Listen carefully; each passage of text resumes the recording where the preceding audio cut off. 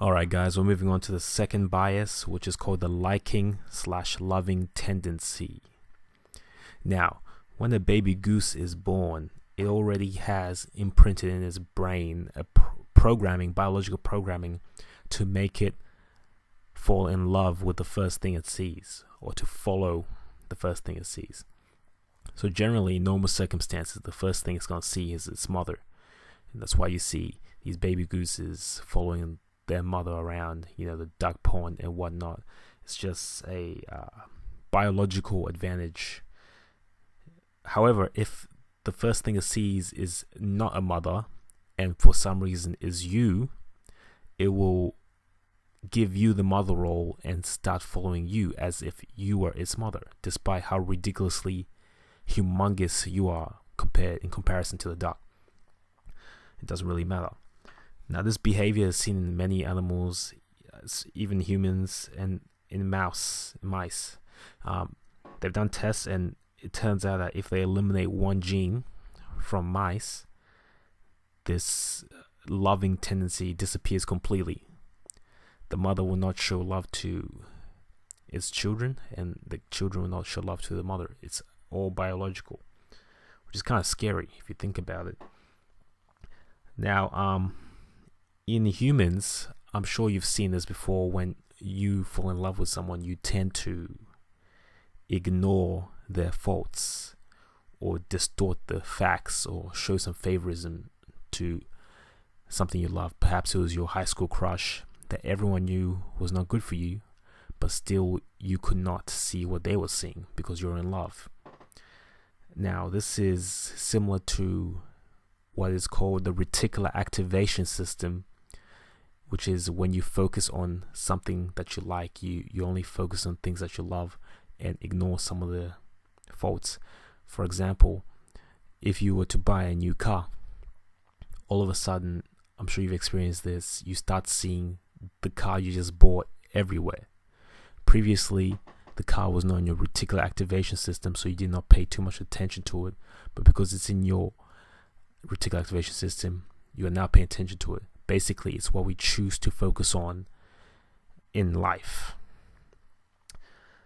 Now, this loving tendency has been used by a lot of people to get some leverage when they're trying to sell things or manipulate other people. They know that if they are able to make someone fall in love with them or to like them, to be the focus of admiration, then it's a lot easier to trick them into doing things. Think of cults. Cults generally have charismatic leaders that promise grandiose fantasies. They create this ambient, this feeling of it's us versus them. They play the father figure to many of the members in the cult, making it seem as if the outside world is wrong and the adherents to the cult are right. It's almost like a family. So in that type of environment, it's a lot easier to ignore the facts and not see reality as it is. It's a lot easier for the cult leader to play on people's need to believe. See, people inherently have a need to believe in something, and the cult leaders basically just putting that belief, the need for belief, on themselves, and can hence create a huge following and can cause all kinds of destruction. So the liking and loving tendency is a very powerful one. Love makes us blind.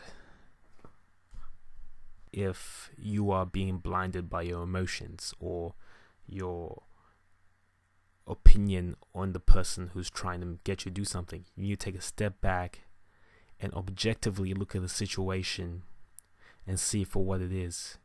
Now that you have the knowledge that if you already have admiration for something or you love something, it's a lot easier to be deceived. So the next time your favorite actor endorses a product, try and think twice before you buy it. Are you buying this product because you love this person, or are you buying this product because it's a genuinely good product?